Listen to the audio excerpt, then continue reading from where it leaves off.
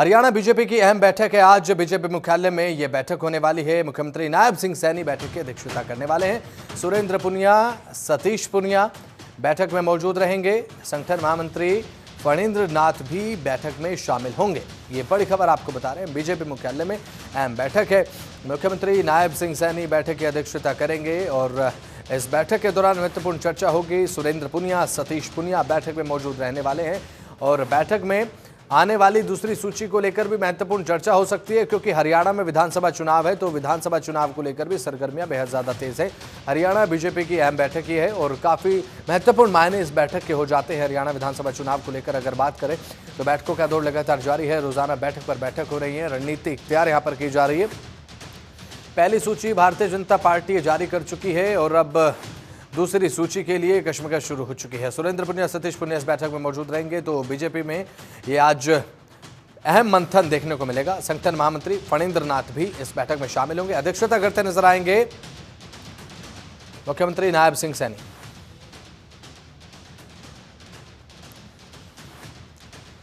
शिखा शर्मा हमारी संवाददाता हमारे साथ फोन लाइन पर जुड़ चुके हैं। शिखा, क्या महत्वपूर्ण इस मायने के बैठक हो जाते हैं कि मुख्यमंत्री नायब सिंह सैनी अध्यक्षता करेंगे, सुरेंद्र पुनिया, सतीश पुनिया बैठक में शामिल होंगे?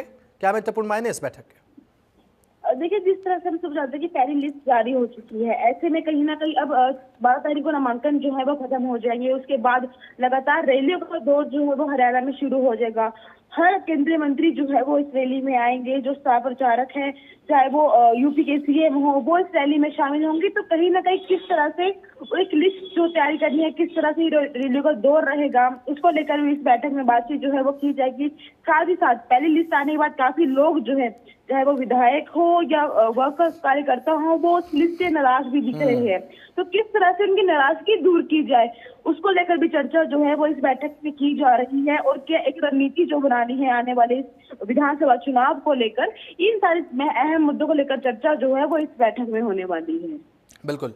शिखा, अगर बात करें, जब पहली सूची भारतीय जनता पार्टी ने जारी की तो एक इस्तीफों का दौर भारतीय जनता पार्टी में देखने को मिला था।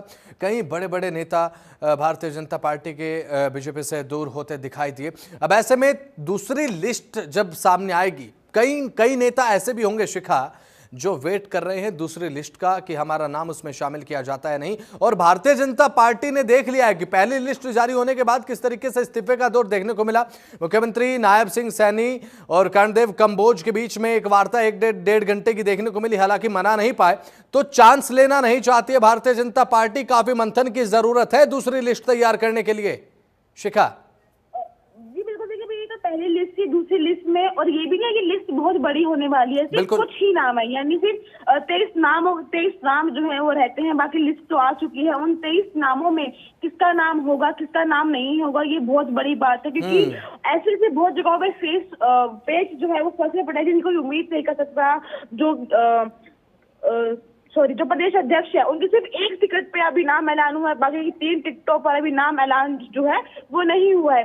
तो कहीं ना कहीं बीजेपी ये चाहती है कि पहली लिस्ट के बाद जो इनको एक लोगों का आक्रोश देखने को मिला, नाराजगी देखने को मिली, ऐसा कुछ जो है वो दूसरी लिस्ट में ना देखने को मिले। शायद इसलिए इतना टाइम जो है वो लग रहा है, शायद इसलिए इतनी बैठकें जो है वो की जा रही है। और सबसे बड़ी बात ये है कि लोगों में नाराजगी जो है वो छोटी मोटी भी नहीं है, क्योंकि वो अपने कार्यकर्ताओं के साथ मीटिंग्स कर रहे हैं और लोगों का रोष जो है वो अलग अलग तरीके से दिख रहा है। कोई निर्दलीय चुनाव लड़ने की घोषणा कर रहा है, कोई पार्टी छोड़ के जा रहा है। तो कहीं ना कहीं एक बहुत बड़ा इफेक्ट जो है पार्टी को पड़ रहा है। बिल्कुल शिखा, यहाँ पर पहली सूची जारी होने के बाद भारतीय जनता पार्टी के सामने एक मजबूत प्रतिद्वंद्वी के रूप में कांग्रेस तो है, और साथ ही साथ अब एक और यहाँ पर चैलेंज भारतीय जनता पार्टी के लिए है कि जो हमारे नेता कार्यकर्ता हैं उन्हें अपने साथ जोड़कर रखा जाए, क्योंकि इसमें कोई दो राय दो मत नहीं है। शिखा शर्मा, अगर बात करें तो भारतीय जनता पार्टी अंदरूनी कलह का शिकार हुई है पहली सूची आने के बाद। कई यहाँ पर बागी सुर फूटे हैं पहली सूची आने के बाद। शिखा, देखिए, सिर्फ कांग्रेस नहीं बल्कि आम आदमी पार्टी भी जो है एक अच्छा विपक्ष का सामना विपक्ष के रूप में जो उभरते हुए दिख रहे हैं, क्योंकि अब आज शाम को दिल्ली में कांग्रेस की एक बैठक होनी, जिसके बाद गठबंधन का ऐलान भी हो सकता है। विनेश फोगाट, बजरंग पुनिया दोनों ने आज कांग्रेस ज्वाइन कर ली है।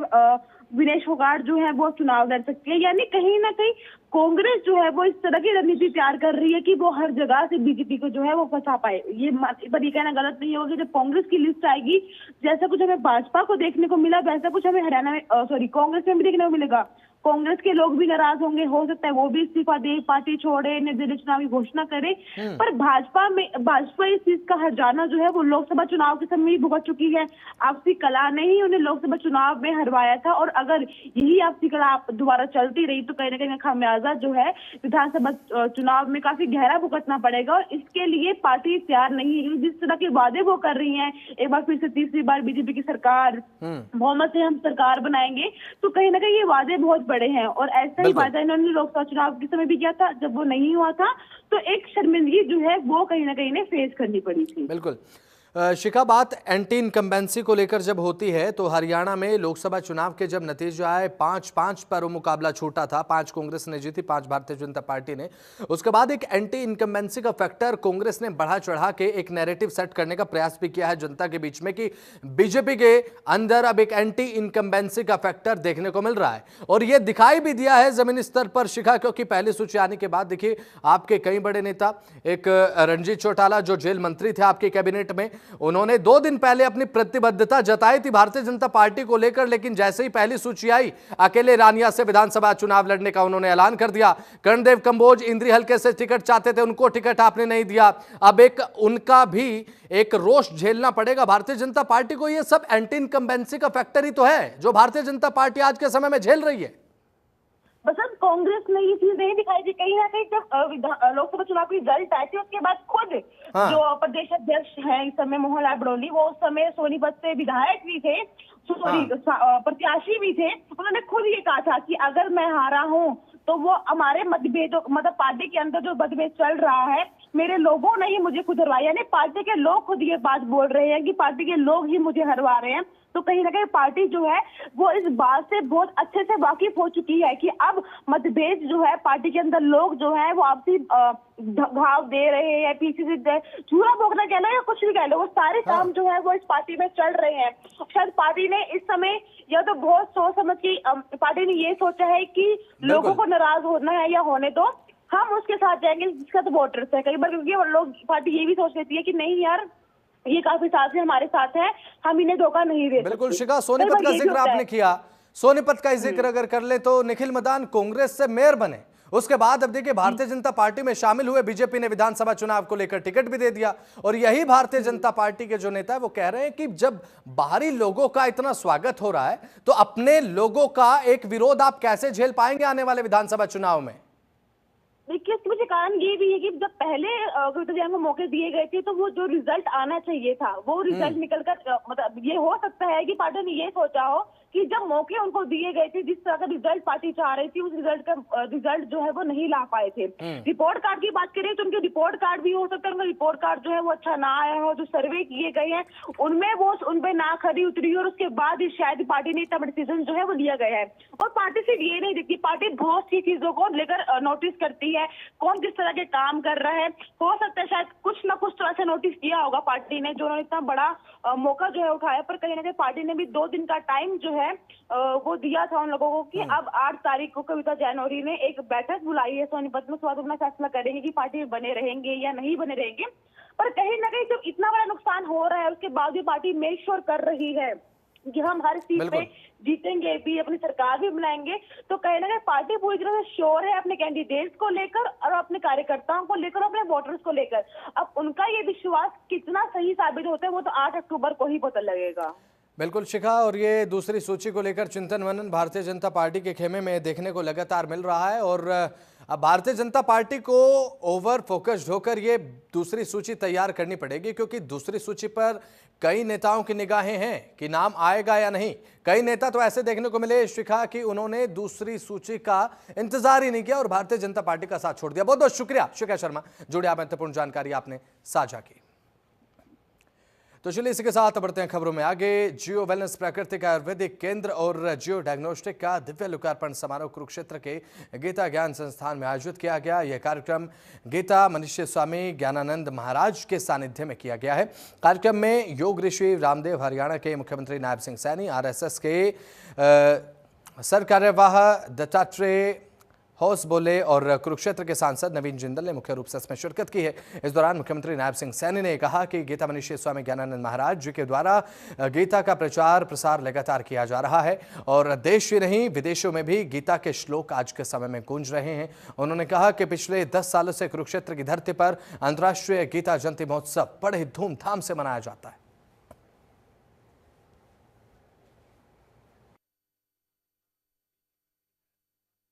जियो डायग्नोस्टिक सेंटर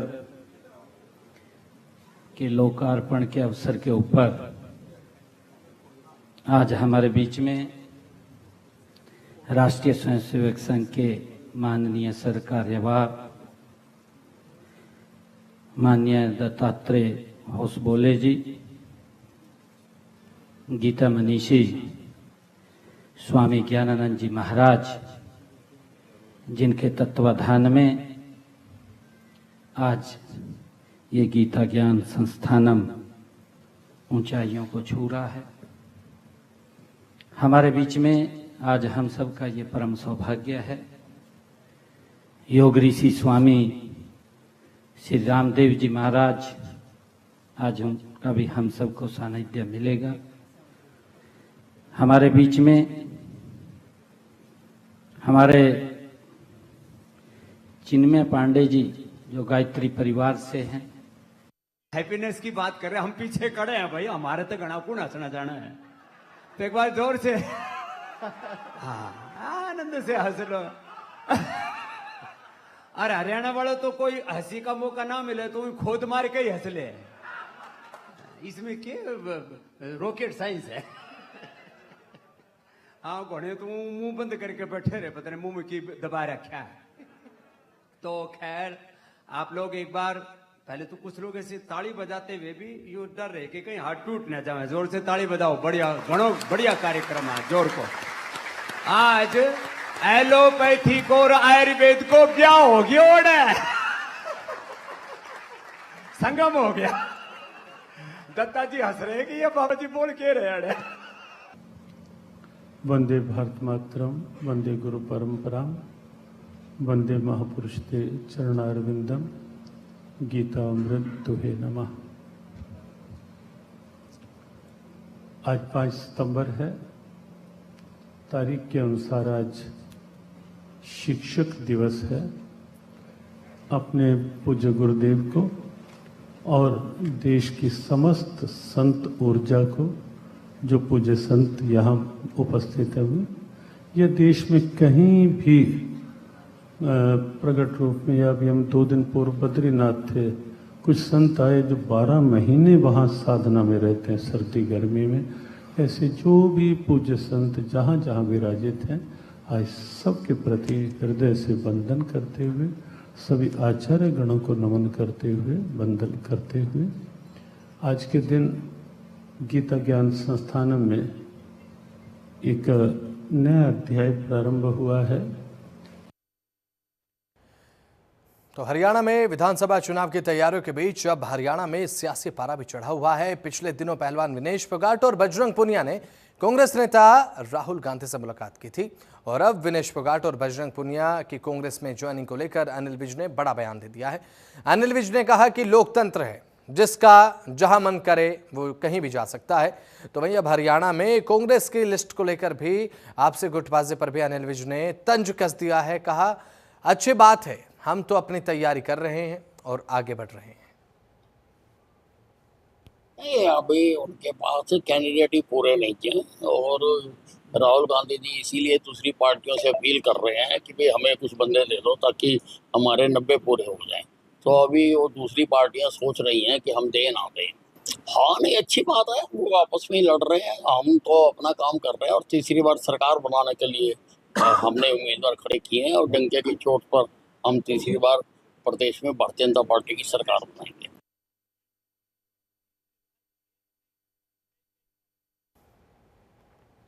अंबाला कैंट से हरियाणा के पूर्व गृह मंत्री अनिल विज ने बीजेपी से टिकट मिलने के बाद अब चुनावी कार्यालय का उद्घाटन किया है। अब मंत्रोच्चारण के साथ हवन में आहुति डालकर चुनावी कार्यालय का शुभारंभ किया गया। तो वहीं अनिल विज के समर्थकों में भारी जोश और उत्साह देखने को इस दौरान मिला। तो वहीं वैसे में इस मौके पर बड़ी संख्या में पार्टी कार्यकर्ता और अनिल विज के समर्थक मौजूद रहे और साथ ही साथ इस दौरान देखने को मिला कि किस तरीके का उत्साह भारतीय जनता पार्टी के कार्यकर्ताओं में। अनिल विज ने अपने संबोधन में कहा कि काम किया है, काम करेंगे, जनता का पहले भी साथ था और आशीर्वाद मिला है और आगे भी इसी तरीके से जनता का आशीर्वाद मिलेगा। पत्रकारों से बातचीत करते हुए अनिल विज ने जानकारी देते हुए कहा कि चुनाव लड़ने के लिए चुनावी कार्यालय की आवश्यकता होती है।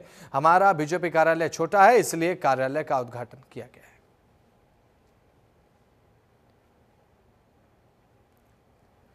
बीजेपी प्रत्याशी मूलचंद शर्मा ने आज अपना नामांकन पत्र दाखिल कर दिया है। मूलचंद शर्मा बीजेपी सरकार में उद्योग एवं वाणिज्य मंत्री भी हैं।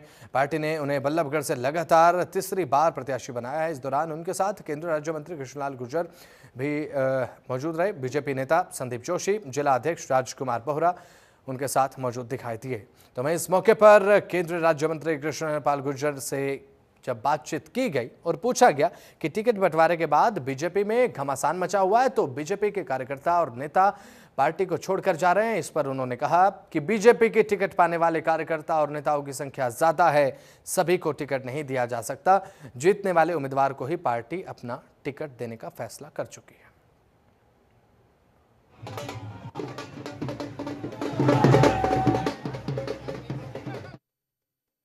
और जिसमें खड़े हैं यही देखिए।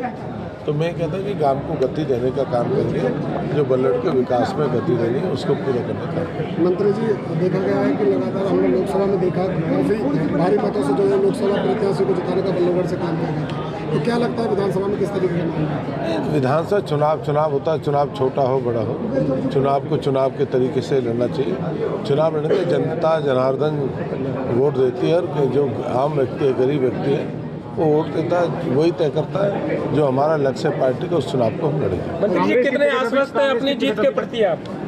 जनता जान रहे, अभी 2 महीने पहले जीत हुई है, सबके सामने थे। मेरे मित्र कहते थे यहाँ जीतेंगे, बल्लड़ करेंगे, और बल्लड़ के लोगों ने 47,000 मतों से जिताने का काम करा। क्यों पहले वो आप ही के चैनल पे कहते थे बल्लड़ से बम्पर वोटों जीत के जाने वाले बल्लड़ के लोगों ने बम्पर ही नीचे मारा उनको। तो यही तो है, जनता जनार्दन है और जनता का भरोसा विश्वास है, उस पर जो मार्जिन जनता देगी उस पर क्या मिलेगा। देखिए मित्तल जी, भारतीय जनता पार्टी ने मूलचंद शर्मा जी पर तीसरी बार भरोसा जताया है और मुझे पूरा विश्वास है जैसा भरोसा भारतीय जनता पार्टी ने मूलचंद शर्मा जी के ऊपर जताया है, वैसा ही भरोसा बल्लभगढ़ विधानसभा की 36 बिरादरी भारतीय जनता पार्टी और मूलचंद शर्मा जी पर जताएगी। और उसका एक कारण है कि पिछले 10 सालों में मूलचंद शर्मा जी ने यहाँ का प्रतिनिधि होने के नाते जो अभूतपूर्व विकास किया है। तो वहीं अब भारतीय जनता पार्टी अपनी पहली सूची जारी कर चुकी है। 67 उम्मीदवारों के नाम पर अंतिम मोहर लगा चुकी है। इसमें बीजेपी ने सोनीपत विधानसभा सीट से वर्तमान मेयर निखिल मदान को चुनावी मैदान में उतारा है, जिससे बीजेपी के सोनीपत विधानसभा सीट के उम्मीदवारों के नाम की अटकलें पर पूर्ण तरीके से विराम लग चुका है। क्योंकि इससे पहले कई तरीके की अटकलें थी कि किसी को टिकट दिया जा सकता है, किसको टिकट मिलेगा। तमाम इन अटकलों को विराम भारतीय जनता पार्टी ने अब दे दिया है। इसी बीच अगर बात करें तो जनतंत्र टीवी के संवाददाता विनीत कुमार ने बीजेपी प्रत्याशी निखिल मदान से खास बातचीत की, वो आपको सुनवाते हैं। हरियाणा विधानसभा चुनाव में बीजेपी ने 67 उम्मीदवारों पर अंतिम मोहर लगाई है, जिससे सोनीपत विधानसभा क्षेत्र में वर्तमान मेयर निखिल मदान को सीट मिली है। वहीं जो नामों की अटकलें सोनीपत विधानसभा के दौरान जो नामों की अटकलें थी उन पर पूर्ण विराम लगा है। मेरे साथ मौजूद है निखिल मदान जी, इनसे खास बातचीत करेंगे, जानेंगे कि आखिर किस तरह का ये शीर्ष नेतृत्व को आभार प्रकट करते हैं और क्या इनका कहना है। सर, क्या कहेंगे? मैं सबसे पहले शीर्ष नेतृत्व का धन्यवाद करता हूँ, माननीय नरेंद्र मोदी जी का, प्रधानमंत्री जी का, हमारे राष्ट्रीय अध्यक्ष नड्डा जी का, गृह मंत्री अमित शाह जी का, हमारे केंद्रीय मंत्री मनोहर लाल जी का, हरियाणा के यशस्वी मुख्यमंत्री नायब सिंह सैनी जी का, हमारे प्रदेश अध्यक्ष मोहनलाल बड़ोली जी का और सभी प्रभारी का मैं बहुत बहुत धन्यवाद करता हूं, जिन्होंने मेरे ऊपर विश्वास जताया है, मुझे आशीर्वाद देकर सोनीपत की जनता के बीच में भेजा है और विधानसभा का उम्मीदवार चुना है। उनका सबका आभारी हूँ, उनका धन्यवाद करता हूँ। सर 67 नामों की घोषणा हुई है, आपका नाम सोनीपत सीट से सामने आया है, उससे जो वरिष्ठ नेता है वो नाराज़ नज़र आ रहे हैं, क्या कहें? देखो, पार्टी का निर्णय है, पार्टी डिसीज़न लेती है टिकट कैसे देती है। पार्टी ने सारे सर्वेस करवाए हैं और लोकसभा से पहले भी सर्वे हुए, लोकसभा के बाद भी सर्वे हुए, सर्वे के आधार पर टिकट दी जाती है। और जो हमारे सोनीपत के सीनियर नेता हैं, हमारे सभी आदरणीय हैं, सभी संगठन के भाजपा परिवार के सदस्य हैं। मैं समझता हूँ बहुत जल्दी सब साथ में होंगे, इन सबका आशीर्वाद मिलेगा और सभी साथ में मजबूती से चुनाव लड़ेंगे। क्योंकि आप 3.5 साल से मेयर भी हैं और शहर की जो समस्याएं हैं उनको अच्छे से जानते भी हैं, तो विधानसभा में किस तरह का आपका प्रदर्शन रहेगा और किन समस्याओं को लेकर चुनाव लड़ेंगे? सोनीपत के विकास का चुनाव है और हर एक मुद्दा जो सोनीपत का है, जो आज सोनीपत की जनता पिछले 5 सालों से आज परेशान थी कई मुद्दों से, जो चंडीगढ़ तक आवाज़ नहीं पहुंच रही थी सोनीपत की, इन सब मुद्दों पे चुनाव रहेगा। हमारे शहर में जल भराव की स्थिति रहती है, जो बड़े बजट के साथ चंडीगढ़ से काम हो सकता है। हमारे शहर सबसे नज़दीक है दिल्ली से, उसके बावजूद मेट्रो नहीं है। मेट्रो का एक बहुत बड़ा हमारा, और ये मुझे पूर्ण विश्वास है सोनीपत में बहुत जल्द मेट्रो आएगी भी इस चुनाव के बाद। साथ में हमारे शहर का बस स्टैंड है, वो बाहर जाना है, सोनीपत से बाहर शिफ्ट होना है बाहर की तरफ। और भी ऐसे बहुत सारे कार्य हैं जो हमारे शहर में होने वाले हैं और मैं समझता हूँ सोनीपत के विकास के लिए मैं हर संभव प्रयास करूँगा। मैंने बतौर मेयर 3.5 साल भी सोनीपत के लिए हर एक प्रयास करे हैं और सोनीपत की आवाज़ हर तरीके से मैंने उठाने का काम किया है। आदमियों की, सोनीपत की जनता की एक एक समस्या के बीच में रहा हूँ। 3.5 साल में पब्लिक के साथ में कंधे से कंधा मिलाकर पब्लिक की सेवा करने का काम किया है। मुझे पूर्ण विश्वास है आगे भी लोगों का आशीर्वाद मिलेगा, जनता का आशीर्वाद मिलेगा और चंडीगढ़ तक सोनीपत की जनता की आवाज़ पहुंचेगी। क्योंकि चुनाव प्रचार के कुछ ही दिन बाकी है, केवल 1 महीना भी बाकी है, तो किस तरह की तैयारी आपकी चुनाव प्रचार की है और क्या आगे की रणनीति? संगठन, भाजपा का जो संगठन है उनके साथ अब रोज़ मीटिंग्स हो रही हैं, आगे की रणनीति बनाई जा रही है। अभी सबको मिलने का चाय कार्यक्रम चालू कर चुके हैं और एक एक करके धीरे धीरे करके सारी मैनेजमेंट फाइनल करके चुनाव को अच्छे से सभी सीनियर नेताओं के साथ में, सभी कार्यकर्ताओं के साथ में लड़ा जाएगा। पार्टी के सभी पार्षद भी, मंडल अध्यक्ष भी, महामंत्री भी, हमारे जिला अध्यक्ष भी अलग अलग मीटिंग्स ले रहे हैं। जो भी निर्णय होंगे उसके अंदर और वो बैठकों के अंदर जो हमारी फाइनल चीज़ें होंगी उस रूपरेखा से हम चुनाव की। क्योंकि चुनाव के समय अक्सर चुनावी आचार संहिता का उल्लंघन किया जाता है, उसके लिए आपकी क्या तैयारी है? ना पहले हमारे संगठन द्वारा कभी किया गया है और ना ही आगे किया जाएगा। जो चुनाव आयोग के नियम हैं, कानून हैं, उनके अंदर रहकर चुनाव लड़ा जाएगा और बहुत ही अच्छे से सबके साथ में चुनाव लड़ेंगे। चलिए, बीजेपी से विधानसभा क्षेत्र के प्रत्याशी मेयर निखिल मदान हमारे साथ मौजूद थे और इन्होंने बताया कि जो जन की आवाज़ है वो अभी तक शहर तक पहुंची थी, लेकिन अब ये उसी आवाज़ को चंडीगढ़ विधानसभा तक पहुंचाएंगे। कैमरा सहयोगी के साथ विनीत कुमार, जनतंत्र टीवी, सोनीपत।